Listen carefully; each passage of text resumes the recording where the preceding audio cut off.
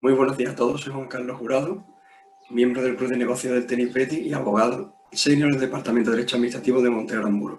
Bienvenidos todos a este webinar en el que junto a mis compañeras del Departamento de Laboral, de Civil y Procesal y de Mercantil del despacho trataremos de realizar una breve aproximación a esta compleja normativa reguladora del estado de la alarma.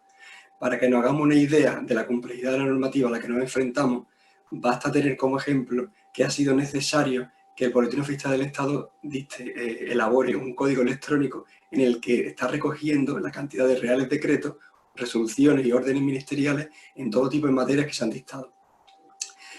Para hacer una idea de la complejidad de esa normativa, ese código electrónico del BOE a día de hoy tiene 152 entradas y eso solo referido a la normativa estatal. En cuanto al orden de intervenciones, en primer lugar participará mi compañera María del Mar Troncoso Mendoza, abogada senior del Departamento Laboral. En segundo lugar intervendrá Sonsoles Gutiérrez, del Departamento de Civil Procesal, también abogada senior.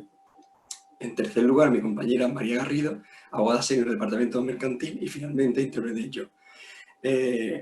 Si ven en su pantalla, en la parte inferior, tienen un símbolo que pone chatear, a través del cual, si pinchan, se desplegará un menú en el que podrán enviar su consulta a todos los panelistas. Es muy importante cuando le den a enviar, marquen a todos los panelistas y participantes. Tras las intervenciones se abrirá un turno de respuesta en el que trataremos de dar contestación a tanto las preguntas que se nos han formulado por correo electrónico como las preguntas que se formulen en directo. Si alguna de las preguntas no fuera posible responderlas, procederemos a su respuesta de forma individualizada. Sin más, doy la palabra a mi compañera María del Mar Troncoso. Buenos días a todos, muchas gracias por su asistencia. En esta breve exposición vamos a intentar hacer un breve resumen sobre las principales medidas laborales que se han adoptado desde la finalización del estado, desde la declaración del estado de alarma y las cuestiones más controvertidas. Las vamos a agrupar principalmente en tres bloques. En el primer bloque vamos a tratar las modificaciones de las condiciones de trabajo acordadas con los trabajadores o impuestas unilateralmente a voluntad de la empresa.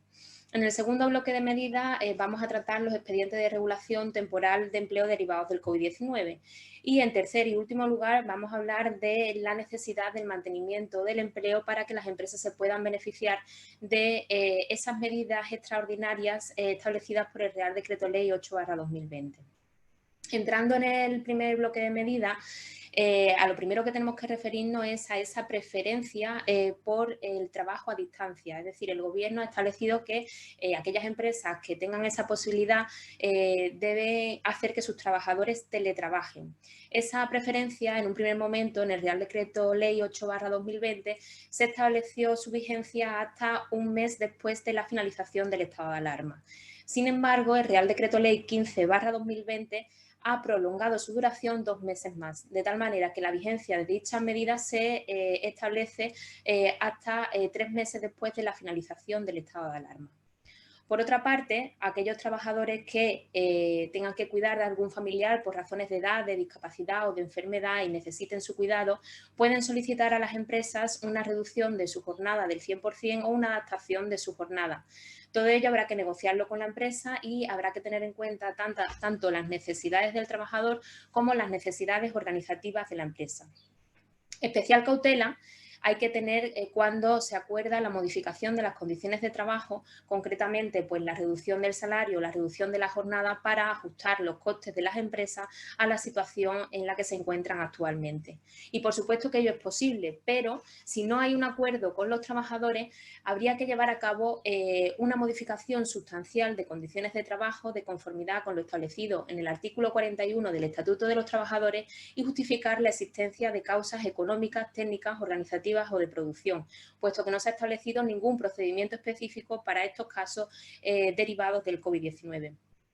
Por último, respecto a este primer bloque de medidas y en relación con la recuperación de las horas relativas al permiso retribuido recuperable, el Real Decreto Ley 10/2020 establece que para ver cómo se recuperan esas horas es necesario llevar a cabo un periodo de consultas con los representantes legales de los trabajadores. En el caso de que la empresa no cuente con representantes legales de los trabajadores, habrá que negociarlo con los sindicatos más representativos y representativos del sector, y si ello no fuese posible, pues se tendría que nombrar una comisión representativa entre los trabajadores de la empresa para llevar a cabo esa negociación, no pudiendo exceder el periodo de consulta de 7 días. Aunque ya se puede negociar cómo se va a recuperar esas horas, la norma establece que las mismas no podrán recuperarse hasta el día siguiente a la finalización del estado de alarma y hasta el 31 de diciembre de 2020. ¿Cuál es la duda que se nos está planteando? ¿Qué ocurre si se extingue la relación laboral y no se han recuperado todas esas horas?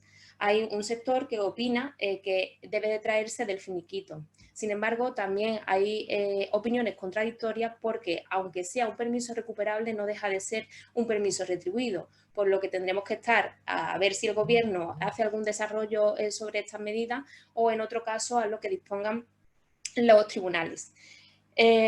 Respecto al segundo bloque, los expedientes de regulación temporal de empleo, los famosos ERTE derivados del COVID-19, ya saben todos ustedes que hay dos modalidades y que el poder llevar a cabo un expediente por fuerza mayor o un expediente por causas económicas, técnicas, organizativas o de producción dependerá de la actividad a la que se dedique la empresa y a cómo haya afectado la declaración del estado de alarma a su actividad.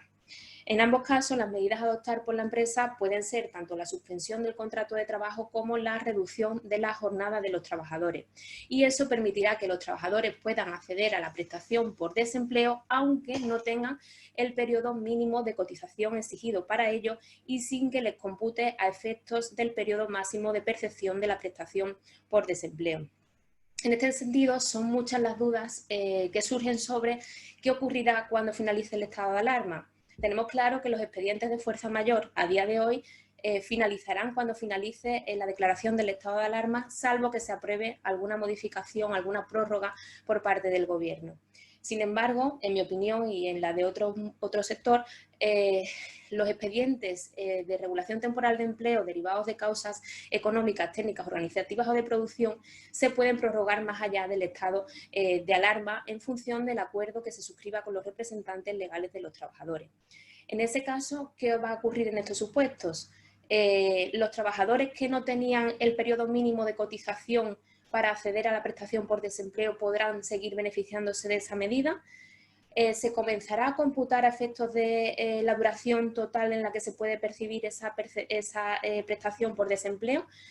Son preguntas a las que nos tendrán que dar respuesta bien el Gobierno o bien los tribunales, como decimos, pero en mi opinión considero que el criterio a seguir será seguramente restrictivo por el coste que esta medida le está suponiendo a las arcas del Estado y porque en otro caso se habría dejado a voluntad de las partes la duración de ese beneficio. Hay que tener en cuenta que hay empresas que están llevando ERTE por causas objetivas y que están ampliando su duración hasta final de año, mientras que otros simplemente lo están condicionando a la reanudación de la actividad y a la finalización de la declaración del estado de alarma. Respecto a los trabajadores a incluir en el ERTE, pues se puede incluir bien a toda la plantilla o bien solamente a una parte de la misma, en cuyo caso pues habrá que explicar cuáles son los criterios de designación que se han tenido en cuenta para ello y que en todo caso deben ser objetivos. Una de las cuestiones que nos han planteado bastante es si en ese expediente de regulación temporal de empleo se pueden o no incluir a aquellos trabajadores que a la fecha de presentación del ERTE se encuentran en una situación de incapacidad temporal. Y la respuesta debe ser afirmativa. Es cierto que a día de hoy el ERTE no les va a afectar, pero cuando finalice esa situación de incapacidad temporal se incorporarán al ERTE. También hay que tener en cuenta que se ha acordado que la suspensión de los contratos de trabajo de los trabajadores derivados de causas relativas al COVID-19 supondrá la interrupción de su duración. ¿Qué duda se ha planteado aquí? Pues que se está hablando de interrupción de su duración. Técnicamente, cuando se suspende un plazo, y finaliza la causa de suspensión, ese plazo se reanuda cuando finaliza la causa. Sin embargo, cuando se habla de interrupción, el plazo comienza a computarse desde el principio.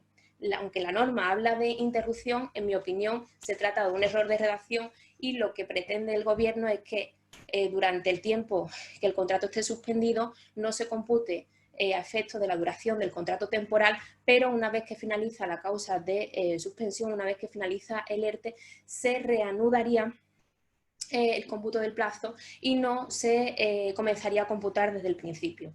Estas serían las principales características aplicables a ambos tipos de ERTE. Entramos un poquito en cada una de las tipologías. El ERTE por causa de fuerza mayor, como ustedes saben, está previsto para supuestos tasados.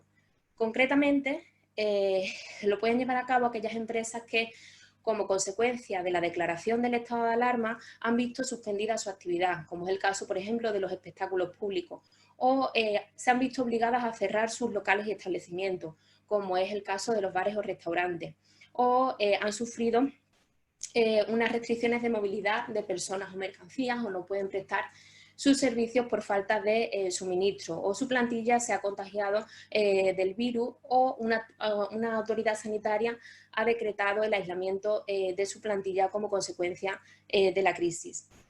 Asimismo, en relación con las actividades que deben mantenerse como consecuencia de la declaración del estado de alarma, el Real Decreto Ley 15/2020 ha ampliado la posibilidad de tramitar este tipo de ERTE por fuerza mayor a aquella parte de la actividad que no se haya visto afectada por ese mantenimiento. A juicio de la Inspección de Trabajo, esto abre una gran cantidad de supuestos porque se podrían incluir en ese apartado, pues por ejemplo, las clínicas dentales, los talleres de reparación de automóviles o las oficinas bancarias, puesto que, aunque se mantiene su actividad, puede que parte de la misma haya descendido como consecuencia de la reducción de la movilidad u otras circunstancias. Respecto al procedimiento a seguir para tramitar este tipo de ERTE, se trata de un procedimiento muy simple porque solamente habría que presentar una solicitud ante la autoridad laboral con un informe técnico en el que se justificaría cuál es la causa de la tramitación del expediente, los trabajadores afectados, las medidas a adoptar, y la autoridad laboral tendría un plazo de 5 días para constatar la existencia de esa fuerza mayor. Si en el plazo de 5 días la autoridad laboral no contesta, se entendería estimado por silencio positivo y ello conllevaría la posibilidad de que las empresas quedasen exoneradas del pago de las cuotas de seguridad social de todos sus trabajadores si su plantilla no supera los 50 trabajadores, o del 75% de esas cuotas si tiene una plantilla superior. La duración de este procedimiento solo puede extenderse hasta que finalice la declaración del estado de alarma, al menos por el momento. Y para finalizar hay que tener en cuenta que aunque hay empresas que están llevando este tipo de ERTE por la agilidad del proceso, porque es más rápido, tiene una menor documentación que preparar, la realidad es que la Inspección de Trabajo está llevando a cabo actuaciones de inspección para verificar que efectivamente se cumplen los requisitos para la tramitación de este tipo de ERTE. Se está controlando que no existan falsedades documentales o falsedades por inexactitud de datos que se den, ya que en dicho caso se podría sancionar y la empresa podría venir obligada a la devolución de las prestaciones por desempleo percibidas indebidamente por los trabajadores y al abono de las cuotas de seguridad social dejadas de abonar con el recargo correspondiente por ingresarlas fuera de plazo. Respecto a los expedientes por causa objetiva, pues se aplica obviamente en los supuestos en los que no concurren las causas para tramitar un ERTE por fuerza mayor, pero sin embargo se ha producido un descenso de la actividad, una reducción de los ingresos o de las ventas como consecuencia de la crisis sanitaria derivada del COVID-19. En dicho supuesto, la empresa debe iniciar un periodo de consulta con los representantes de los trabajadores, o en el caso de que la empresa no tenga representantes de los trabajadores, con los sindicatos más representativos y representativos del sector, y si tampoco es posible, pues habrá que nombrar una comisión representativa. En la práctica nos estamos encontrando con que los sindicatos no cuentan con el personal necesario para poder participar en todas las negociaciones y están colapsados. Una vez designada esa comisión representativa, el periodo de consultas tendrá una duración de 7 días habrá que entregar a la comisión representativa toda la documentación justificativa del ERTE, es decir, habrá que entregar una memoria y dependiendo de la causa en la que se base el ERTE, pues la documentación será una o será otra. A título de ejemplo, en el caso de que el ERTE se base en causas productivas, pues habrá que entregar a esa comisión representativa y a la autoridad laboral un informe técnico en el que se detalle esa reducción de actividad. Aunque dentro del periodo de consulta se prevé la necesidad de celebrar 2 reuniones, si se celebra la primera y se alcanza un acuerdo, ya no sería necesario llevar a cabo esa segunda. ¿Qué es lo que están pidiendo las comisiones representativas en la práctica para alcanzar un acuerdo? Pues sobre todo en los casos de suspensión de contratos, pues que se compute ese periodo a efectos del devengo de la paga extraordinaria de las vacaciones, que se complemente para mejorar la prestación por desempleo o una gratificación extraordinaria si a final de año la situación mejora. Finalizado el periodo de consulta, la empresa deberá comunicar a la autoridad laboral tanto la decisión que ha adoptado como si ha habido acuerdo o no en ese periodo de consulta. Se le comunicará también la decisión a la comisión representativa y posteriormente se le comunicará la decisión a los trabajadores. Y entrando ya en el último bloque, el Real Decreto Ley 8/2020 establece que las medidas extraordinarias que se prevén en el mismo exigirán el compromiso de la empresa de mantener el empleo durante 6 meses desde la reanudación de la actividad. Bueno, pues aquí se nos está planteando qué trabajadores son los que deben incluirse en ese mantenimiento del empleo. Hay sectores que opinan que se aplica solamente a aquellos trabajadores que se vean afectados por un ERTE derivado de fuerza mayor. Sin embargo, hay otros sectores que consideran que es para los trabajadores afectados por cualquier tipo de ERTE, derivado siempre del COVID-19. Y hay otros sectores que opinan pues, que será un promedio de la plantilla que existía en el momento en el que se presentó el ERTE. Tendremos que esperar a que se desarrolle por el Gobierno para ver cuál es el criterio que hay que tener en cuenta. No obstante, en lo que coinciden todos los sectores es en que habrá excepciones a este mantenimiento del empleo, concretamente, pues por ejemplo, si se produce un despido disciplinario procedente o si hay una baja voluntaria del trabajador o si, por ejemplo, pasa un trabajador a la situación de incapacidad permanente. Otra cuestión que se plantea es el tema de los despidos, en los que se acredita que la causa del mismo es el COVID-19. ¿Esos despidos deben considerarse nulos o improcedentes? Pues hay un sector que considera que debe declararse nulo porque se estaría vulnerando una ley. Sin embargo, y yo soy de la opinión de este segundo sector, otros consideran que el despido debería ser declarado improcedente porque los supuestos de nulidad se encuentran tasados en la Ley Reguladora de la Jurisdicción Social y esa ley no se ha modificado como consecuencia de la aprobación de estas medidas. Y la diferencia es bastante importante porque en los supuestos de nulidad, la empresa vendría obligada a la readmisión del trabajador con abono de los salarios de tramitación, es decir, los salarios dejados de percibir desde la fecha del despido hasta la fecha de la reincorporación. Sin embargo, si se declarase la improcedencia, la empresa tendría la posibilidad de abonar al trabajador una indemnización de 33 días de salario por año de servicio con un máximo de 24 mensualidades.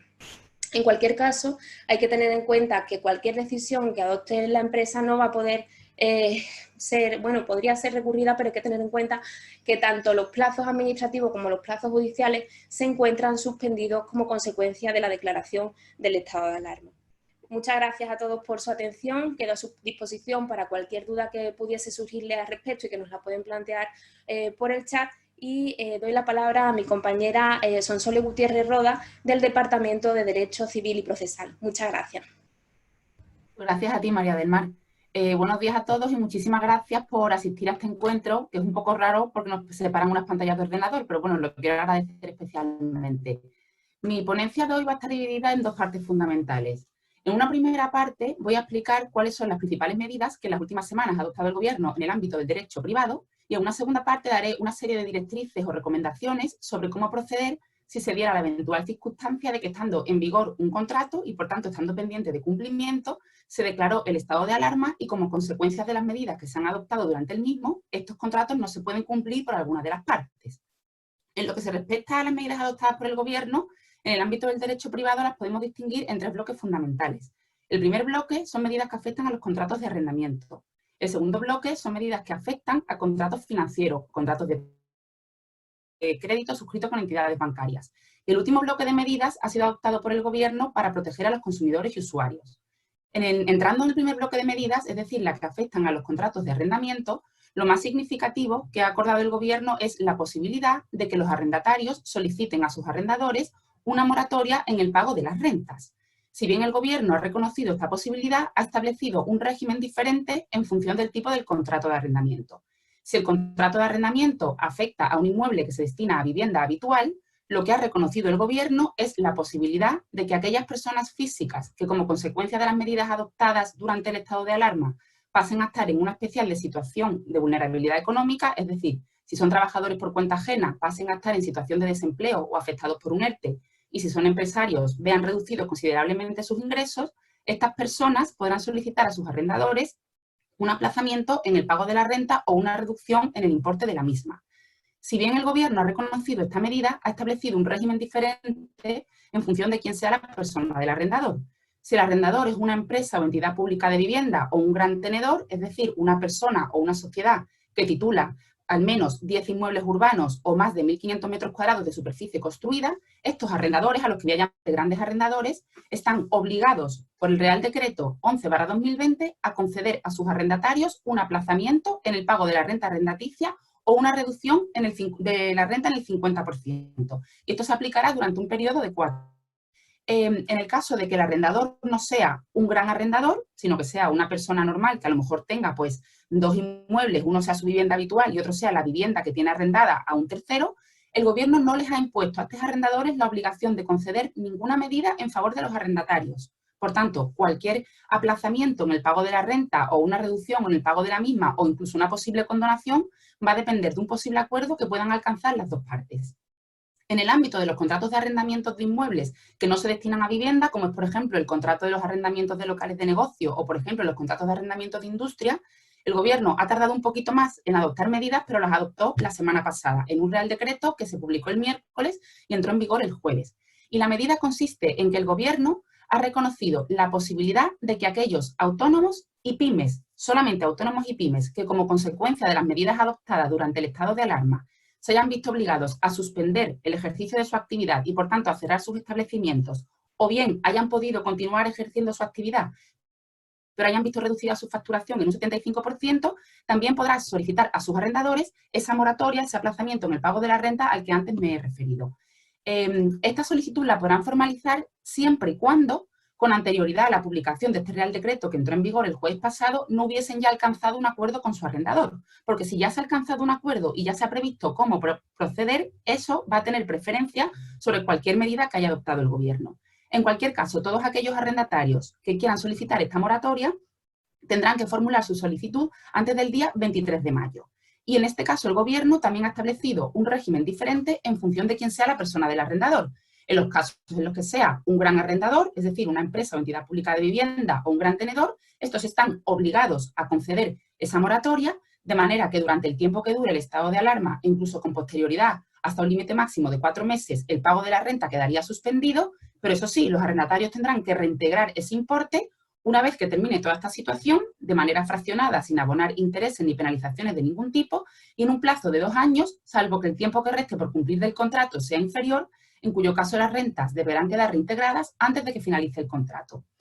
En el caso de que el arrendador no sea un gran arrendador, pues el Gobierno no ha impuesto ninguna medida, es decir, no es obligatorio que concedan esa moratoria a sus arrendatarios, pero el Gobierno se ha previsto la posibilidad de que de manera excepcional las partes destinen la fianza que se suele constituir en este tipo de contratos de arrendamiento para cubrir estas rentas que se devenguen durante este tiempo. Si se dispone de esa fianza, el arrendatario tendrá obligación de volver a constituirla en favor del arrendador en el plazo de 1 año.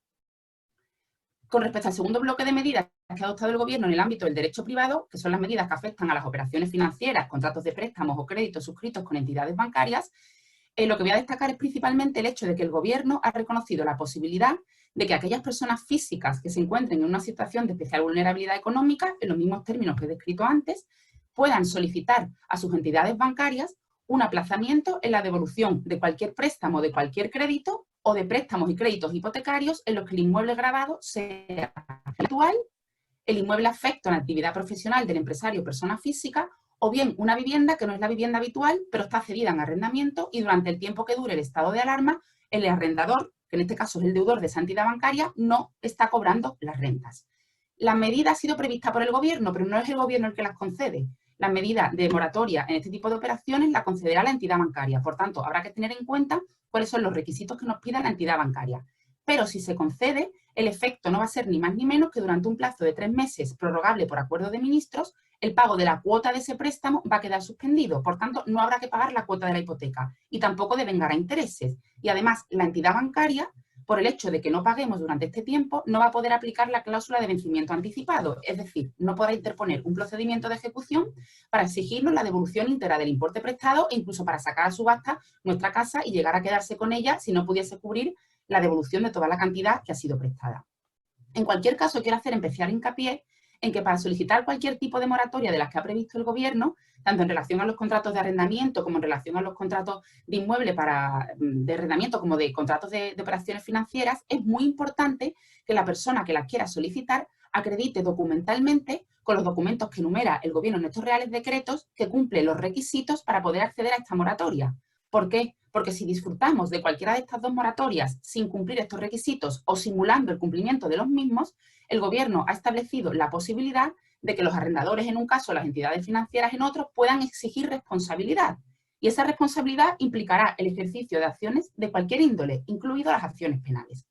Y, por último, el último bloque de medidas que ha dictado el Gobierno en el ámbito del derecho privado son medidas que están dirigidas a proteger a los consumidores y usuarios. Y entre ellas voy a destacar principalmente una, y es que les ha reconocido de manera expresa el derecho de resolver aquellos contratos de compraventa o de prestación de servicios que, como consecuencia de las medidas que se han adoptado durante el estado de alarma, se conviertan en contratos de imposible cumplimiento. Por ejemplo, se han vendido entradas para un concierto que no se puede celebrar, o tengo contratada unas clases de tenis o con una empresa de prestación de servicios que venga a mi casa y me haga un seguimiento de mis ordenadores y como consecuencia de las medidas de confinamiento no se pueden prestar esos servicios o no se puede celebrar ese concierto.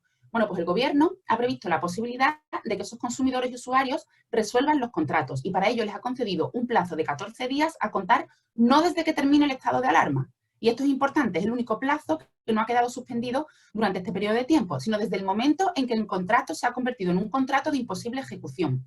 Es importante tener en cuenta que si el consumidor usuario propone esa resolución del contrato, pero de las propuestas que realicen las dos partes, el empresario y el consumidor, se puede extraer una solución consensuada que permita mantener el contrato en vigor, esto va a primar sobre la procedencia de la resolución del contrato. En cualquier caso, si el contrato finalmente no se pudiese celebrar, el empresario deberá reintegrar al consumidor usuario el importe que hubiese abonado, pero podrá detraer los gastos en los que hubiese incurrido el propio empresario para poder prestar y cumplir ese contrato. Y hasta aquí las medidas adoptadas por el Gobierno en el ámbito del derecho privado. Si quiero entrar a dar esas recomendaciones o directrices a las que he hecho referencia cuando he empezado a hablar, porque es bastante frecuente en las últimas semanas, hemos recibido llamadas de muchos clientes que nos dicen que tenían pendientes de cumplir determinados contratos y se han encontrado con que como consecuencia de las medidas que ha adoptado el Gobierno, o bien ellos no pueden cumplir los contratos o bien es la otra parte contratante la que ha anunciado que no puede cumplir. Y nos preguntan, ¿qué hacemos? Pues la verdad es que la respuesta no es sencilla ni se puede dar una única respuesta porque cada contrato es diferente. Pero sí es cierto que hay una serie de recomendaciones que me gustaría trasladaros para que las tengáis en cuenta. Lo primero que hay que considerar es que la pandemia que ha generado el COVID-19 e incluso la declaración del estado de alarma son supuestos que se incluyen dentro del concepto jurídico que habremos escuchado 500 veces que se denomina fuerza mayor. ¿Por qué? Porque son circunstancias ajenas a la voluntad de las partes contratantes y son imprevisibles o incluso en el caso de que se hubieran podido prever eran absolutamente inevitables. Entonces, el Código Civil, al regular la fuerza mayor, es muy claro al manifestar que por el hecho de que concurra un supuesto de fuerza mayor no quedamos eximidos de cumplir el contrato. El contrato lo tenemos que cumplir. Lo que sí que vamos a quedar es eximidos de tener que indemnizar a la otra parte contratante los daños y perjuicios que le hayamos podido ocasionar con nuestro incumplimiento. ¿Por qué? Porque nosotros no hemos querido incumplir. Incumplimos por algo ajeno a nuestra voluntad. Entonces, hay que tener esto muy en cuenta. Los contratos, en principio, hay que intentar cumplirlos. Entonces, ante esta situación, la primera recomendación que damos es que se debe analizar el texto del contrato que no se puede cumplir, para ver si en él hay alguna previsión expresa que determine cómo proceder en estas circunstancias, o bien, si no la hay, si se puede deducir realizando una interpretación del contrato o incluso interpretando la intención de las partes al formalizar el contrato. Si del contrato se deduce cómo proceder, eso es lo que hay que hacer, porque en derecho civil hay un principio que es el principio de pacta sunt servanda, en virtud del cual los contratos son fuerza de ley entre las partes y se deben cumplir conforme a los términos establecidos en los mismos. Si en el contrato no se establece nada, como no podemos dejar de cumplir unilateralmente, tendremos que intentar llegar, en primer lugar, a un acuerdo con la otra parte. Si ese acuerdo se alcanza, nuestra recomendación es que se formule por escrito. ¿Por qué? Porque esto nos permitirá evitar discrepancias futuras sobre lo que hayamos podido acordar. En segundo lugar, porque en función de la redacción que demos a ese escrito, se devengarán o no determinadas contingencias tributarias que podrán no ser deseadas. Por ejemplo, si en un contrato de arrendamiento decidimos que durante un tiempo no se pague la renta, en función de la redacción que demos a este anexo que formalicemos el contrato, se puede devengar o no la obligación del arrendador de declarar el IVA, con lo cual es importante a la hora de redactar ese anexo tener en cuenta todas estas circunstancias y contar con asesoramiento experto, porque además no podemos olvidar que en adelante este nuevo acuerdo es el que nos va a vincular. Y si, como consecuencia de todo lo que está ocurriendo, dentro de un par de semanas o de un par de meses, la situación empeora y volvemos a estar otra vez en medidas de confinamiento o en otro tipo de medidas que adopte el gobierno, ya no vamos a poder alegar la pandemia del COVID-19 y el estado de alarma como supuestos de fuerza mayor, porque esta situación que estamos viviendo ya sí puede entenderse como una situación previsible. Por tanto, a la hora de redactar ese acuerdo hay que ser muy cauteloso. Es muy importante también que tengamos en cuenta que si no se puede alcanzar ningún acuerdo, cualquier otra solución necesariamente va a requerir pasar por los tribunales, por los procedimientos de arbitraje o por las cortes de mediación. Y para estos casos estamos recomendando a nuestros clientes que si son ellos la parte del contrato que no puede cumplir, hagan una copia importante de prueba documental que le permita acreditar por qué no pueden cumplir. Porque alegar simplemente que concurre el COVID-19 o un supuesto de fuerza mayor no nos va a ser suficiente para eximirnos de incumplir el contrato y de tener que indemnizar los daños y perjuicios. Por tanto, si el motivo es que no podemos cumplir porque, por ejemplo, nuestros proveedores no nos facilitan mercancías, hay que buscar documentos que acrediten este extremo. Si es, por ejemplo, que los trabajadores no pueden venir a trabajar porque están enfermos o porque no podemos mantener las distancias de seguridad, pues documentación que acredite este extremo. Esto va a ser muy importante de cara a cualquier procedimiento judicial. Y por último, el último consejo que quiero dar, y este va dirigido a aquella parte del contrato que sí puede cumplir con los términos pactados, es que quiero recordar que en derecho civil hay un deber, que es el deber de mitigar el daño padecido, y es importante que se tenga en cuenta, porque si aquel acreedor al que la otra parte que no puede cumplir le ocasiona un daño, no mitiga ese daño que padece, se puede encontrar con que la indemnización de daños y perjuicios que quiera solicitar a la otra parte que incumple se vea limitada si ese deudor consigue acreditar que mitigar el daño era posible y además era razonable hacerlo. Y esto es importante tenerlo en cuenta porque estamos en un escenario en el que no hay ninguna norma que regule cómo proceder. La normativa que hay es muy escasa y tampoco hay una jurisprudencia abundante que interprete las normas que hemos tenido siempre. Por tanto, en este escenario cobra especial importancia todo esto que estamos contando porque no cabe ninguna duda de que los jueces, a la hora de resolver cualquier procedimiento judicial, van a valorar la intención de las partes contratantes, si actuaron de buena fe o con abuso de derecho. Y eso lo van a tener en cuenta a la hora de dictar sus sentencias y, por supuesto, a la hora de imponer unas condenas en costas en los procedimientos judiciales. Y en principio eso es todo. Espero que os hayan sido de utilidad estas recomendaciones y ahora paso la palabra a mi compañera María Garrido del Departamento de Derecho Mercantil. Muchísimas gracias, Sonsoles. Muy buenos días a todos. Yo paso a exponerles las medidas más importantes que se han adoptado en materia mercantil como consecuencia de la declaración del estado de alarma y también a compartir con todos ustedes algunas reflexiones ya para el día después, ¿no? Yo creo que ya todos tenemos un poco las miras puestas en el qué va a pasar cuando se levante este telón del estado de alarma y me gustaría, como digo, compartir con todos ustedes algunas reflexiones, sobre todo relativas a la problemática a la que se van a enfrentar o ya se están enfrentando nuestras empresas y autónomos. En concreto voy a a tratar 3 bloques de una forma muy rápida. Un primer bloque relativo a todo lo que es las reuniones de órganos colegiados de entidades mercantiles por las dificultades que hay de reunirse presencialmente por las medidas de distanciamiento social que nos aconsejan las autoridades sanitarias. Un segundo bloque relativo a toda la problemática de las cuentas anuales, pues el estado de alarma nos ha sorprendido a todos en plena época de formulación de cuentas anuales, de verificación contable y ya con la vista puesta en esa aprobación de las cuentas anuales en la Junta General o en la Asamblea General correspondiente. Y por último, un tercer bloque en el que abordaré la problemática, como les decía, a la que se están enfrentando nuestras empresas y autónomos.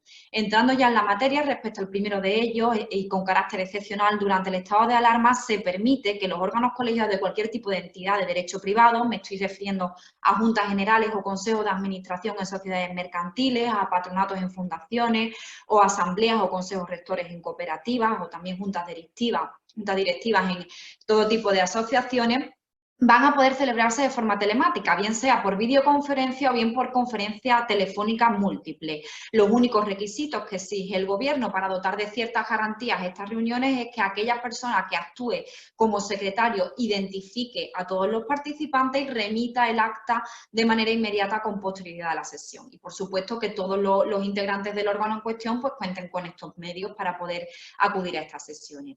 Asimismo, y solo para los órganos de administración, es decir, no es una medida aplicable ni a las juntas generales ni a las asambleas de socios, se permite acudir a un procedimiento que ya existía para las sociedades mercantiles, que es la celebración de las sesiones por escrito. Es un mecanismo relativamente sencillo en el que el presidente del órgano en cuestión pues remite unas propuestas de acuerdo a los consejeros y estos les devuelven su voto por escrito en un plazo de 10 días.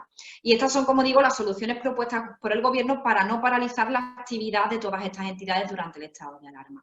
Entrando ya en materia de cuentas anuales, aquellas entidades de derecho privado cuyo ejercicio económico coincida con el año natural, que son la mayoría, pues se encontrarían en el momento en el que se decretó el estado de alarma, a 14 de marzo, ya finalizando ese periodo de formulación de las cuentas anuales que, como ustedes saben, finaliza dentro de los 3 primeros meses del ejercicio social y, por tanto, el 31 de marzo. ¿Qué ocurre con estas obligaciones contables? Pues la regla general, y ahora entramos a analizar cada uno de los plazos, es que el Gobierno le ha dado un botón de pausa durante el estado de alarma y volveremos a darle al play o a la reanudar cuando se levante el estado de alarma. En concreto, ¿por qué plazos? Pues la formulación de las cuentas anuales se paraliza, como digo, y contaremos con un plazo de 3 meses íntegro desde que finalice el estado de alarma. Para aquellas entidades que ya hubiesen formulado las cuentas anuales y estuviesen en periodo de verificación contable obligatoria o voluntaria, es decir, trabajando con el auditor para la emisión de su informe, van a tener un plazo de 2 meses desde que finalice el estado de alarma. Y por último, para la aprobación de las cuentas anuales se prevé un nuevo plazo de 3 meses, no desde que finalice el estado de alarma, sino desde que finalice el plazo para la formulación de las cuentas anuales. Aquí comparto una reflexión más con todos ustedes porque es bastante habitual y nos la plantean bastante nuestros clientes, que es qué ocurre en aquellos casos en los que ya se hubiesen formulado las cuentas anuales, lo que no es ningún disparate, pues como comentábamos, restaban apenas 14 o 15 días para que finalizara este plazo. Ya se han formulado las cuentas anuales, esas cuentas anuales prevén una aplicación del resultado que, como saben, pues no es más que el destino que le queremos dar al resultado del ejercicio anterior, que ahora mismo, por las circunstancias en las que nos encontramos, no sea lo más conveniente para la empresa, no sea lo más aconsejable o incluso sea imposible, ¿no? Por ejemplo, estoy pensando en una distribución de dividendos que ahora mismo pues ataque a la empresa porque no sea lo más conveniente. En estos casos se prevén por los reales decretos emitidos por el Gobierno la posibilidad de que, sin necesidad de reformular las cuentas anuales, el órgano de administración modifique únicamente esta propuesta de aplicación del resultado. Los únicos requisitos es que el órgano de administración, cuando modifique esta propuesta, la fundamente y justifique en el COVID-19 y no motivos ajenos, y en segundo lugar que si esas cuentas estaban auditadas, bien de forma obligatoria o voluntaria, pues el auditor de cuentas emita un escrito diciendo que su opinión no ha variado como consecuencia del cambio de la aplicación del resultado. Paso ya por último al tercer bloque relativo a toda la problemática que están padeciendo nuestras empresas y nuestros autónomos.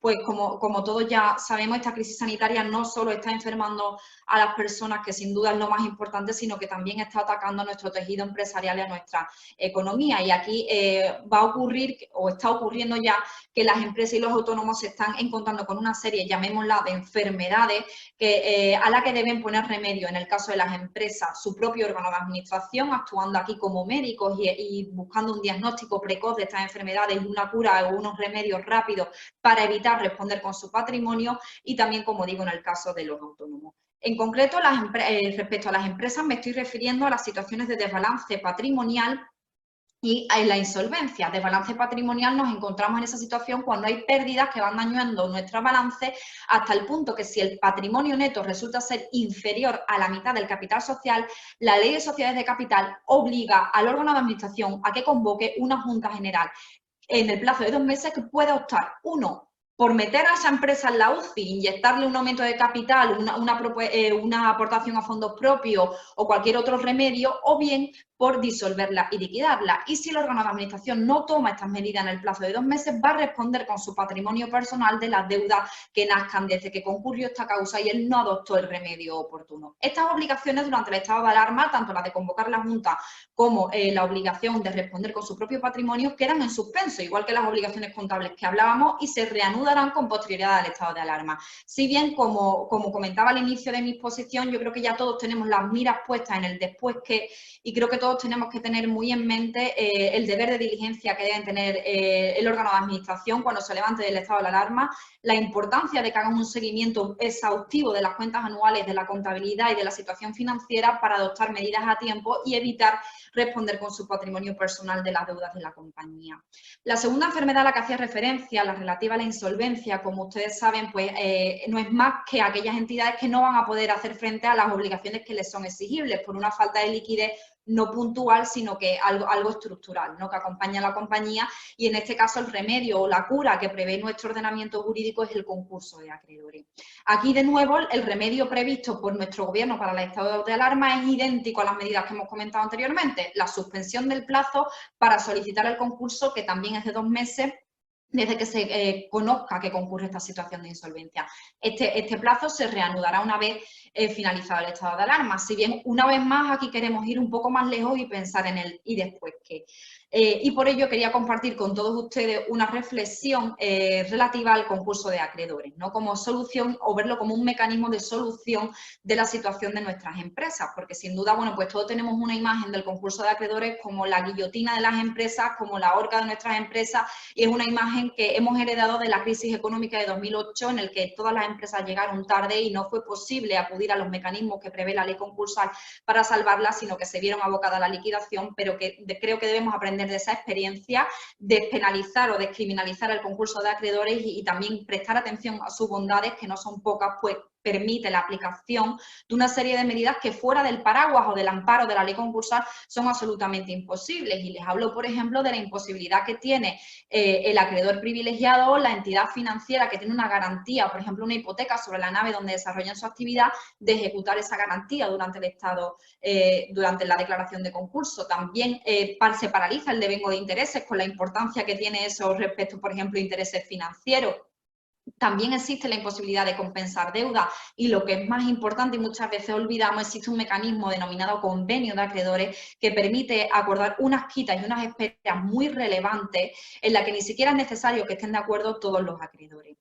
Por último, y haciendo especial referencia a los autónomos, existe un mecanismo, el beneficio de exoneración de pasivo insatisfecho, más conocido en la práctica como la segunda oportunidad, que merece mucho la pena analizar, como digo, para aquellas personas físicas, sean empresarios, autónomos o sean consumidores, pues permite, como su propio nombre indica, empezar de cero. Es cierto que es necesario cumplir una serie de requisitos de carácter formal, es necesario haber intentado una serie de acuerdos, de carácter material también, pues es necesario haber pagado algunos determinados créditos, y también unos requisitos de comportamiento, porque es un mecanismo previsto, llamémoslo así, para los deudores buenos.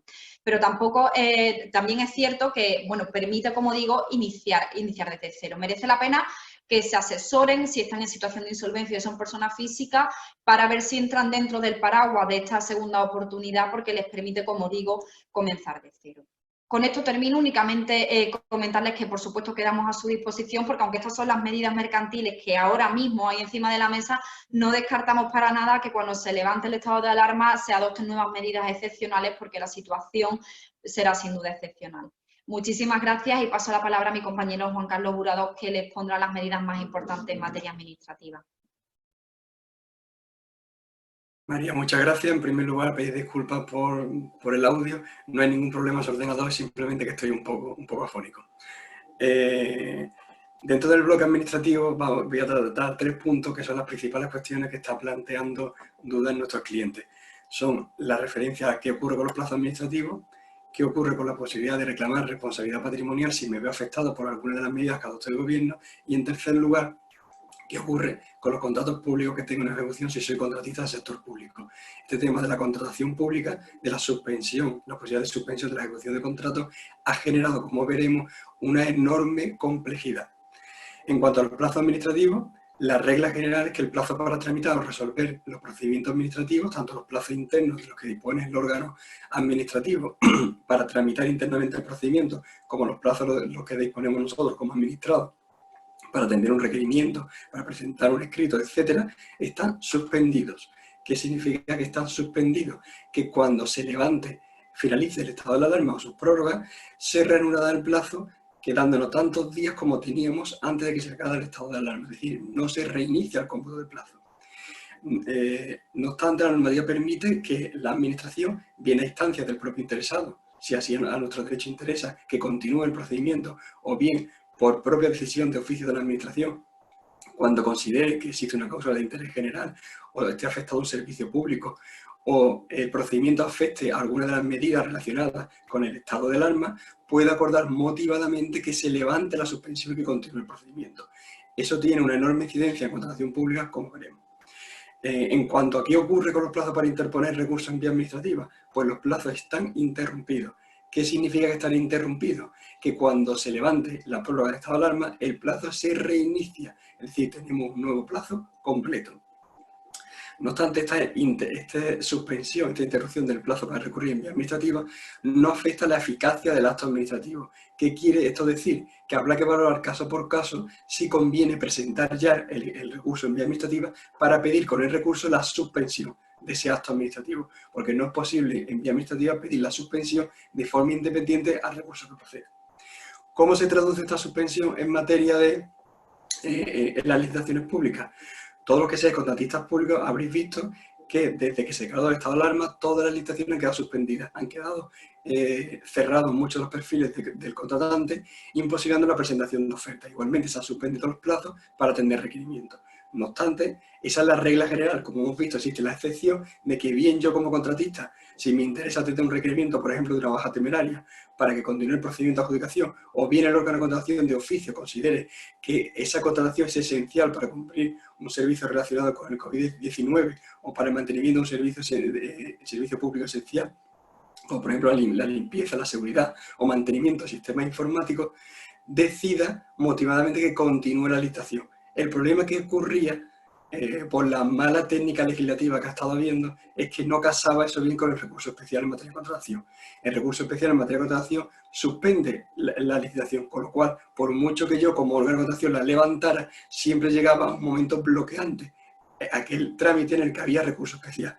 Eso se ha solucionado recientemente, una modificación que entró en vigor la semana pasada, lo cual es un buen ejemplo de la catarata legislativa y de la velocidad con la que van los cambios legislativos, por el que se levantaba la posibilidad de presentar recursos especiales en materia de contratación respecto de estas licitaciones, lo cual tiene una eficacia capital, porque supone que el plazo, aquí el plazo de recursos no se reinicia, sino que tendremos tantos días como teníamos, con lo cual, si cuando se declaró el estado de alarma nos quedaba un día para presentar el recurso especial, ese es el plazo que tenemos, lo cual sirve para ejemplificar la necesidad de contar siempre con un asesoramiento jurídico muy especializado, porque es la única manera de poder seguir con exactitud y sin perder ninguno de estos cambios legislativos que se van sucediendo.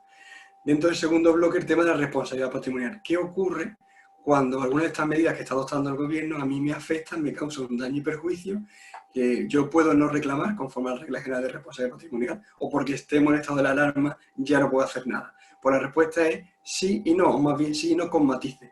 Y me explico. Durante el estado de alarma, de excepción y de sitio, se rige por una ley orgánica de 1982 que establece que si el particular sufre, como consecuencia de la decisión que adopte la administración, algún daño o perjuicio en sus bienes, que sea individualizable, que no tiene el deber jurídico a soportar, puede pedirle el resarcimiento de esos daños. Ahora bien, y ese resaltamiento se hace conforme a la regla general del procedimiento administrativo general. Ahora bien, es condición sine qua non para toda acción de responsabilidad patrimonial que entre el daño que yo sufra y la actuación de la administración existe un nexo causal. Ese nexo causal se excepciona por la fuerza mayor. Es muy previsible que la administración, toda la reclamación de responsabilidad patrimonial que se presente por motivo del COVID-19, la intente responder que están dentro del amparo de la fuerza mayor, porque un supuesto prototipo de fuerza mayor son las pandemias. Por eso será muy importante analizar caso por caso la viabilidad de esa reclamación de responsabilidad patrimonial. Y lo pongo con un ejemplo muy claro. No es lo mismo una acción de responsabilidad patrimonial que yo presente como sanitario, en general por la insuficiencia de medios que todos estamos conociendo, de medidas de protección, en el que la administración tiene muy fácil la respuesta frente a la fuerza mayor, que una reclamación de responsabilidad que yo como sanitario que me he visto infectado por el COVID-19 por no disponer de medidas, cuando esa infección se puede acreditar con un nexo causal consistente en que me ha suministrado el Estado algunas de esas máscaras que eran defectuosas y se puede acreditar así. Con lo cual será muy importante analizar caso por caso las reclamaciones. Tercer bloque de materia es el tema de los contratos públicos. En materia de contratación pública se ha establecido un régimen especial de suspensión de los contratos públicos. Estas medidas de contratación, y esto es muy importante recalcarlo, y con eso en parte me adelanto a algunas de las cuestiones que se han formulado, es que esto no es una norma tanto de contratación pública como unas medidas de política económica. Con estas medidas la administración busca mantener el empleo de los trabajadores adscritos a las contratas públicas. Se busca ni más ni menos que todos aquellos contratos públicos que por razón del COVID-19 no puedan ser ejecutados, no se lleve a una resolución del contrato que dé lugar a una extinción masiva de contratos de trabajadores adscritos a contratas públicas. ¿Cuál es este régimen de suspensión? Pues este régimen de suspensión se establece en 4 grandes bloques. En primer lugar, la suspensión de aquellos contratos de prestación sucesiva de servicios suministro. En segundo lugar, aquellos contratos que no son de prestación sucesiva de servicios suministro. En tercer lugar, los contratos de obra. En cuarto lugar, los contratos de concesiones de obra o concesiones de servicios. Primer bloque. ¿Qué es un contrato de servicios suministros de prestación sucesiva? Pues, por ejemplo, aquellos que la prestación se demanda de forma continua. Por ejemplo, un servicio de vigilancia, un servicio de limpieza, un servicio de comedor. Si como consecuencia del COVID-19 o bien por las medidas que el gobierno, el órgano de contratación ha adoptado para paliar los efectos del COVID-19, el contrato no se puede cumplir, podré solicitar una suspensión indemnizada. Ojo, la suspensión indemnizada procede si el contrato se podrá reanudar en algún momento. Si el contrato ya ha perdido su sentido, el contrato debe ir a liquidación. Esto no lo dice la norma, pero sí ha sido la interpretación que se está siguiendo a través de los diferentes informes, fundamentalmente los de la Abogacía del Estado. Si el contrato no se puede ejecutar, podremos, como decíamos, a esa suspensión indemnizada. ¿Qué consiste esa suspensión indemnizada? Que podré pedir a la administración, en primer lugar, que acuerde formalmente la suspensión total o parcial y que me indemnice una serie de daños. ¿Cuáles son esos daños? Son los siguientes. Los gastos salariales, incluyendo los de seguridad social del personal directamente adscrito al contrato, los gastos de mantenimiento de la garantía definitiva, los gastos de alquiler, los gastos de mantenimiento de maquinaria, etc. Siempre que estos gastos acreditemos que están directamente vinculados a la ejecución del contrato y que yo como contratista no lo puedo destinar a la ejecución de otro contrato. Es importante tener en cuenta que muchas administraciones lo que están haciendo es suspender de facto los contratos, pero no comunicarlo. Y aquí es muy importante que nosotros como contratistas seamos proactivos, que en el momento que el contrato se devengan de imposible cumplimiento lo comuniquemos a la administración, pidamos la suspensión y en ese escrito, como nos dice la norma, identifiquemos cuáles son esos gastos que tendremos que poder ser resarcidos.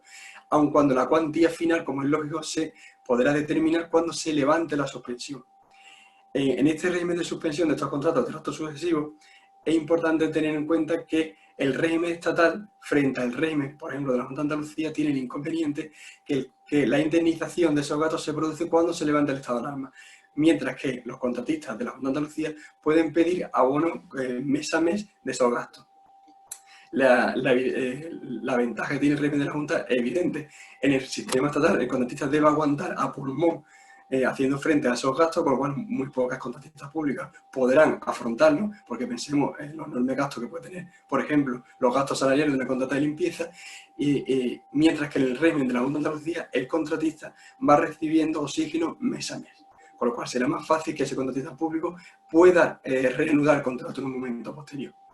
En segundo lugar, aquellos contratos que no están en este grupo, aquellos contratos que no son de servicio de suministro, que no son de prestación sucesiva, es decir, que se agota con su realización y que no puedan ser ejecutados, podremos pedir la suspensión del contrato.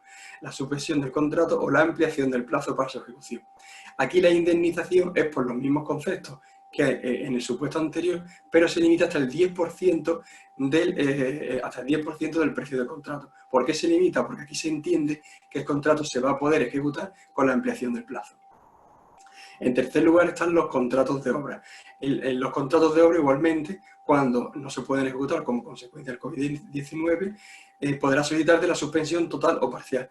En los contratos de obra es quizás donde con mayor énfasis estamos aconsejando a nuestros clientes que siempre pidan el acta de suspensión. Siempre le pidan, porque no estamos en contratos de todo. La mayoría de las administraciones simplemente han suspendido las obras sin levantar ningún tipo de acta. Esto en muchas ocasiones se ha hecho por desconocimiento de la normativa, porque no ha ayudado que la normativa se publique una semana, la semana siguiente se modifique, la tercera semana se haga una nueva modificación. Existe un gran desconocimiento de la normativa, incluso por los propios órganos de contratación, y también ¿por qué no decirlo? Existe un poco mala fe en algunas administraciones en los que se está tratando de evitar que el contratista acceda a este derecho a la indemnización. Y insisto, es un derecho. Es más, la abogacía del Estado se ha pronunciado diciendo que la suspensión, si el contratista no la solicita a instancia de parte, puede ser acordada de oficio por el órgano de contratación. Porque aquí lo que se está buscando, lo recalco, es el mantenimiento del empleo, y la única manera es que esa suspensión sea indemnizada. Los contratos de obra, la particularidad que tiene para acceder a esa indemnización, por esos conceptos que hemos señalado, es que aquí se exige que el contratista público, en primer lugar, acredite que está al corriente de sus obligaciones con la seguridad social y tributaria, y que también esté al corriente sus contratistas y sus suministradores. Y a su vez deberá acreditar que está al corriente del pago de sus obligaciones salariales, sus obligaciones de pago con sus contratistas y con sus suministradores. ¿Qué importancia tiene esto? Pues tiene una importancia capital para todo aquello que me consta. No soy contratista directo de la administración, pero soy subcontratista de muchas empresas que sí lo son en obra. Pues aquí os podéis dirigir a vuestro contratista principal para decirle que, ojo, si os debe algo y no se pone al día, no va a poder acceder a esa suspensión indemnizada con todo lo que ello conlleva. Finalmente está el régimen de la suspensión de las concesiones de obras y servicios o de obras y servicios. En relación a esta, igualmente, cuando devenga de imposible ejecución total o parcial, puede solicitarse esta suspensión indemnizada. Aquí la particularidad es que la suspensión, la indemnización va a consistir de ordinario en una ampliación del plazo de ejecución de la concesión de hasta un 15% del plazo inicial, así como la adopción de lo que dice la ley, la demás medida de restablecimiento del equilibrio económico del contrato. Esto es un concepto indeterminado que exige ver pliego a pliego hasta dónde podríamos llegar a ese reequilibrio. Fuera de estos supuestos, será que existe una serie de contratos que establece la norma que no van a poder ser suspendidos, o sea, que se van a entender que no se va a poder acceder como regla general a este régimen de suspensión. Son aquellos contratos que son calificados de esenciales, son los contratos de servicios, de seguridad, de limpieza, los contratos de mantenimiento de sistemas informáticos, los contratos de suministro de servicios en materia farmacéuticos, vinculados al transporte y muy particularmente todo en aquello en el que la organización sea AENA. Esto es una excepción que ha establecido el legislador por la naturaleza que tiene AENA de empresa cotizada, en la única sociedad participada estatal que una cotizada en el IBE. ¿Estos contratos quiere decir que no se pueden suspender? No, sino que para acceder, de ordinario debe ser continuado ejecutando, pero si no puedo ejecutarlo no tengo que seguir ejecutando a toda costa, sino que para suspenderlo me tendré que ir al régimen general de suspensión establecido por la ley de contrato. Con lo cual aquí será muy importante establecer, examinar el clausurado de cada pliego. Igualmente, establece la norma la posibilidad de que aquellos contratos de tracto sucesivo que venza, ¿qué ocurre si mi contrato vence durante el plazo durante el estado de alarma? Y puedo seguir ejecutando, pues en tal supuesto la norma prevé la posibilidad de acceder a una prórroga forzosa, una prórroga hasta 9 meses más. En relación al tema de la suspensión de contratos públicos, y aquí entro en una de las preguntas que se han formulado en el chat, señalar que este régimen de suspensión indemnizada, tanto de todos los contratos públicos, es un régimen que se entiende que debe ser aplicado de aplicación preferente. Es decir, el contratista que pueda acogerse a este régimen de suspensión indemnizada tiene que solicitarlo, y tiene que solicitarlo con carácter preferente a la solicitud del ERTE. ¿Por qué? Porque si no, se encontrará que la inspección de trabajo, muy probable que la autoridad laboral deniegue ese ERTE si no se ha solicitado la suspensión indemnizada, porque precisamente lo que se busca con la suspensión indemnizada es inyectar oxígeno a la empresa para que mantenga a esos contratistas públicos.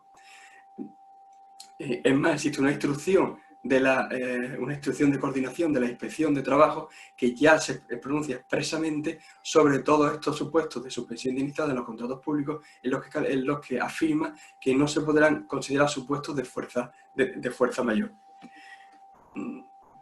También es muy importante, aunque la norma no lo dice con claridad, con la suficiente claridad, porque aquí, como hemos señalado, existe una técnica legislativa muy mala, que bueno, ya no se justifica tanto por la celeridad con la que se está legislando, sino por una falta de sistemática que la verdad es difícilmente explicable. Esta suspensión indemnizada, como contratistas tenemos que ser proactivos, tenemos que presentar ese escrito de suspensión, identificar muy bien los daños y perjuicios que se vayan produciendo a medida que se vayan realizando. No debemos conformarnos con solicitar la suspensión y ya cuando se levanta la suspensión presentar un escrito más ampliado, porque podemos encontrarnos que puede ser muy difícil acreditar la realidad de esos daños. Muy importante que la foto fija en el momento de la suspensión esté bien hecha, para que solo haya que actualizarla, porque aquí la administración muy previsiblemente va a tratar de evitar pagar el mayor número de indemnizaciones posible. Ya finalmente, en relación a la contratación pública, hace una referencia muy sucinta a la contratación de emergencia. ¿Qué es eso de la contratación de emergencia? Está totalmente en boga en los medios de comunicación por la contratación que se está haciendo para el material sanitario. La contratación de emergencia es un procedimiento excepcionalísimo de contratación. Se puede decir gráficamente que es el hermano mayor del contrato menor, porque es una adjudicación directa que no tiene limitación de cuantía. Ahora bien, la contratación de emergencia no se puede utilizar para cualquier cosa, sino simplemente para contratar aquellos bienes y servicios y suministros que sean indispensables para hacer frente a la emergencia, además por el tiempo que sea necesario. Por eso se debe justificar muy bien en el expediente que no se puede recurrir a un procedimiento de tramitación de urgencia, o bien no se puede recurrir a un procedimiento negociado sin publicidad por imperiosa urgencia.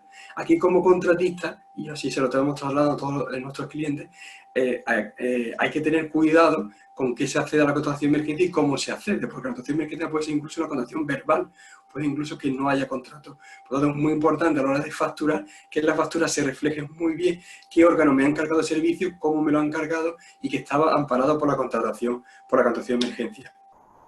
Finalmente, y por lanzar un mensaje también optimista, que toda crisis siempre supone una oportunidad, el tema de la contratación de emergencia es un ejemplo paradigmático, porque yo así se lo vengo trasladando a todos aquellos clientes que tienen capacidad de seguir operando y que además tienen capacidad de seguir operando en sectores con mantenimiento de servicios informáticos, suministro, material sanitario, ayuda a domicilio, etcétera, que son esenciales.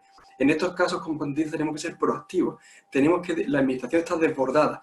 Muchas veces no sabe con quién contratar y tira del contratista que tiene más cerca. Por tanto, si tengo capacidad para prestar servicios, lo ideal es ponerte en contacto con las diferentes administraciones, trasladarles tu capacidad para ejecutar el contrato y tu disposición para que puedan contar contigo por la contratación de emergencia, que puede ser una vía de negocio muy, muy importante, que incluso puede hacer que aquellos empresarios que no sean contratistas de la administración os podáis acercar y podáis ampliar vuestra base de negocio. Y ya, por mi parte, nada más, agradecer vuestra atención y iniciamos el turno de preguntas, para lo cual devuelvo la palabra a mi compañera María del Mar Troncoso. Muchas gracias. Bueno, muchas gracias, Juan Carlos. Desde el punto de vista laboral, nos han planteado una consulta que en parte ha contestado ya mi compañero Juan Carlos, porque tiene una parte administrativa, y se nos plantea el supuesto de una empresa que tiene una disminución de actividad, pero no una disminución de ingresos como consecuencia de que suscribe contratos con administraciones públicas, contratos administrativos. Con carácter general, desde el punto de vista laboral, si no se encuentra en ninguno de los supuestos para llevar a cabo un ERTE por causa de fuerza mayor, existe la posibilidad de tramitar un ERTE por causas productivas si efectivamente conseguimos acreditar que se ha sufrido esa pérdida de actividad, y para ello, pues además de la documentación básica, pues habrá que aportar un informe técnico en el que se detalle esa reducción de actividad. No obstante, en este caso concreto, al tratarse de una empresa que suscribe contratos administrativos, pues hay que estar a lo que establece la normativa administrativa a la que se ha referido mi compañero Juan Carlos, para ver si procede la suspensión de esos contratos en vez de llevar a cabo la tramitación del ERTE, por lo que habría que estar al caso concreto. También se nos plantea respecto a las actuaciones inspectoras que pueden llevarse a cabo por la Inspección de Trabajo y Seguridad Social, si esas actuaciones pueden afectar a los expedientes de regulación temporal de empleo por fuerza mayor que se hayan estimado por silencio positivo.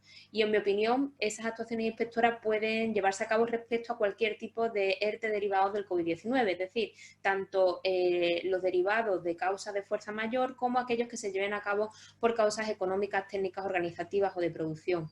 En ambos casos, lo que se pretende es evitar que las empresas hayan efectuado declaraciones o manifestaciones que no sean exactas o que no sean veraces con el fin de beneficiarse de esas medidas extraordinarias que se han aprobado por ese Real Decreto Ley 8/2020. En el caso de que se llevase a cabo un ERTE por fuerza mayor y se hubiesen declarado circunstancias que no son ciertas, pues independientemente de la sanción que pudiese imponer la Inspección de Trabajo, la principal consecuencia sería que la empresa tendría que abonar esas cotizaciones a la Seguridad Social respecto de las cuales se les ha exonerado por la tramitación del ERTE por causa de fuerza mayor, con el correspondiente recargo por hacerlo fuera de plazo, y también podría conllevar que tuviese que devolver la empresa las prestaciones por desempleo percibidas indebidamente por los trabajadores. En el caso de los expedientes de regulación temporal de empleo derivados de causas objetivas, de causas económicas, técnicas, organizativas o de producción, pues como se siguen pagando las cuotas a la Seguridad Social, esa contingencia no existiría, pero sí existiría la relativa a la devolución de las prestaciones por desempleo. Por lo tanto, aunque no sabemos con qué criterios se van a llevar a cabo esas actuaciones inspectoras, entiendo que sí se pueden llevar a cabo respecto a cualquier tipo de ERTE, aunque haya sido estimado en el caso de los de fuerza mayor por silencio positivo. De todas maneras, cualquier consulta que tengan nos las pueden plantear y estaremos encantados de resolvérsela. Le paso la palabra a mi compañera Sonsoles Gutiérrez Roda para que pueda responder las preguntas que ustedes han efectuado. Muchas gracias. Pues muchas gracias a ti, María del Mar. En el ámbito del derecho privado han lanzado estos días, antes de la webinar, algunas preguntas. La primera es si con anterioridad al Real Decreto 15/2020 hubiese alcanzado un acuerdo con mi arrendador sobre la renta de mi local de negocio, ¿tengo que modificarlo para adaptarme a la nueva normativa? La respuesta es no. El Real Decreto es muy claro al decir que cualquier acuerdo que se haya alcanzado entre las partes antes de esta medida que ha adoptado el Gobierno prima sobre la medida adoptada por el Gobierno. Es más, al amparo del principio de autonomía de la voluntad de las partes, siempre que las partes no pacten algo que sea contrario a la ley, a la moral o al orden público, se podrá acordar cualquier medida, incluso la que no haya impuesto el Gobierno. Esta será en aquellos casos en los cuales haya discrepancia.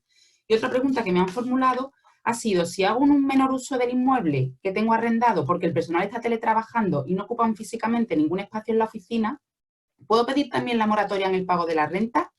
El Real Decreto habla solamente para reducir la moratoria de que el establecimiento se haya visto obligado a cerrar o de que tengamos una reducción en la facturación del 75%. Por tanto, un menor uso del establecimiento donde desarrollamos nuestra actividad, si no va acompañado de una reducción en la facturación, no va a permitir, al amparo de este Real Decreto, solicitar esa moratoria. No obstante, si consideramos realmente que tenemos motivos suficientes para pedir esa reducción, podemos pedirla. Incluso podemos acudir a los tribunales y al amparo de la cláusula rebus sic stantibus pedir la modificación de los términos del contrato. Y la última pregunta que me han lanzado es si ha previsto el Gobierno alguna medida que permita a una sociedad limitada solicitar un aplazamiento en la devolución de un préstamo hipotecario. Y la respuesta es no. El Gobierno solamente ha adoptado medidas para proteger, en este ámbito, para proteger a las personas físicas. No obstante, si eres una sociedad y tienes operaciones financieras que no puedas hacer frente por problemas que tengas de liquidez, acude a la entidad bancaria a pedir algún tipo de refinanciación. Y un momentito que me acaban de lanzar una última que creo que afecta a mi especialidad. Dice, tengo un viaje pagado a una agencia y quiero que me devuelvan el dinero. Les he enviado un correo y me contestan que mientras dure el estado de emergencia no pueden hacer nada. ¿Puedo hacer algo? Bueno, yo no estoy de acuerdo con que no puedan hacer nada mientras dure el estado de emergencia. Está bien hecha la comunicación porque entiendo que la hayas debido realizar dentro del plazo de 14 días desde que supiste que ya no podías realizar ese viaje, y la respuesta en principio va a depender un poco de si ese viaje se puede posponer o no. Si ese viaje se puede posponer, el Real Decreto 15/2020 establece como opción que prime esa posible posposición del viaje a una resolución del contrato. No obstante, si no vas a poder realizar ese viaje, siempre podrás pedir que te devuelvan el dinero, pero es probable que la agencia de viajes o la persona que sea pueda detraer los gastos en los que ha incurrido para cumplir con este contrato. Y en principio eso es todo. Paso la palabra a mi compañera María Garrido. Muchísimas gracias. Gracias, Sonsole. En mi caso había recibido una pregunta con carácter previo a la sesión, en concreto que qué opinión nos merecía la ley de segunda oportunidad, ¿no? Ese mecanismo que comentábamos sobre el beneficio de exoneración de pasivo insatisfecho para aquellas personas físicas, empresarias o no empresarias, que les permite iniciar un poco desde cero, ¿no? Poner el contador a cero y empezar de nuevo.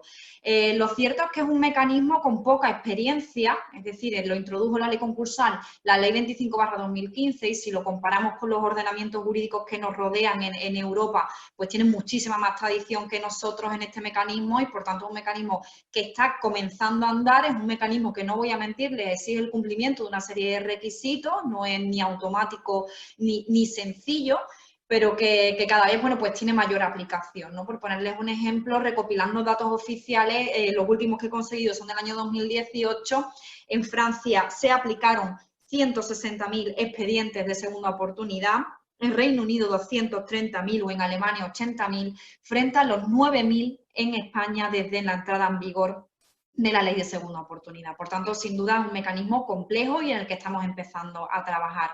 Además, no hay que perder de vista que es posible una modificación relativamente reciente de este mecanismo de segunda oportunidad, bien porque lo piden todas las voces mercantiles por la previsión que hay de que se presenten multitud de solicitudes cuando se levante el estado de alarma para hacerlo más ágil y más flexible.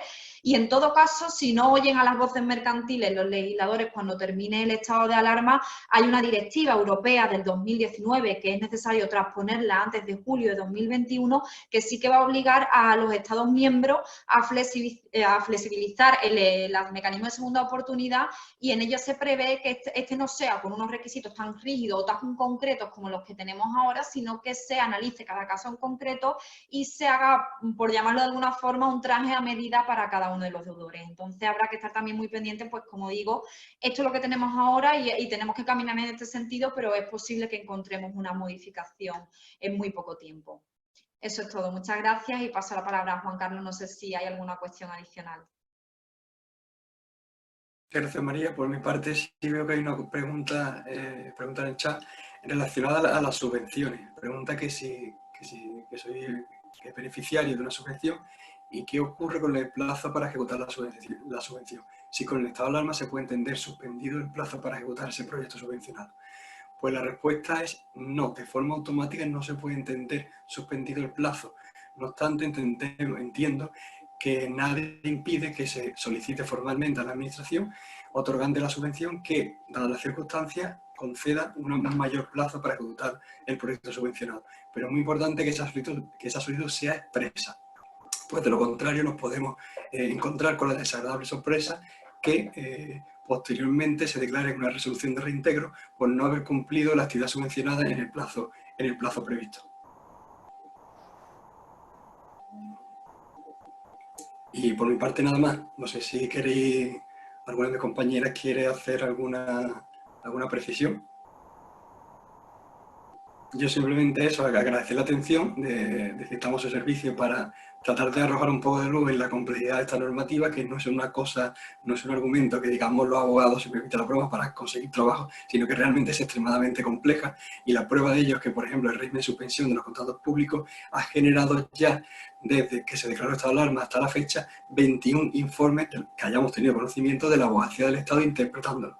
Con lo cual la complejidad de la materia a la que nos enfrentamos es enorme y es muy importante contar con ese asesoramiento jurídico especializado.